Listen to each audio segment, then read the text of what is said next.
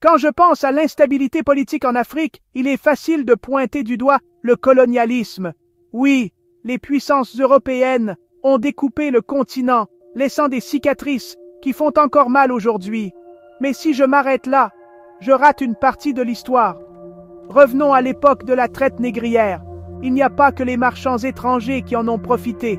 Certains chefs africains ont vendu leur propre peuple, attirés par des armes, des textiles ou de l'argent sonnant et trébuchant.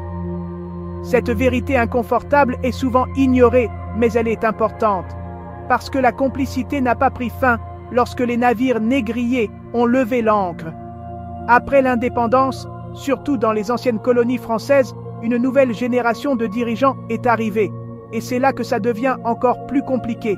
Au lieu de défendre leur nation, certains dirigeants ont préféré le gain personnel au progrès, servant des intérêts étrangers pendant que leur propre peuple souffrait. Dans certains cas, les régimes post-coloniaux se sont avérés plus répressifs et corrompus que les colonisateurs eux-mêmes, écrasant l'opposition, détournant les ressources et piétinant les espoirs d'un avenir meilleur. Le résultat? Un cercle vicieux de coups d'État, de guerres civiles et de pauvreté. Il est tentant de rejeter la faute sur les étrangers pour tout, mais la vérité est que le manque de vision et de patriotisme de l'intérieur a empêché l'Afrique d'atteindre son plein potentiel. Alors, l'instabilité de l'Afrique est-elle juste un héritage colonial? Ou est-ce une histoire de responsabilité partagée?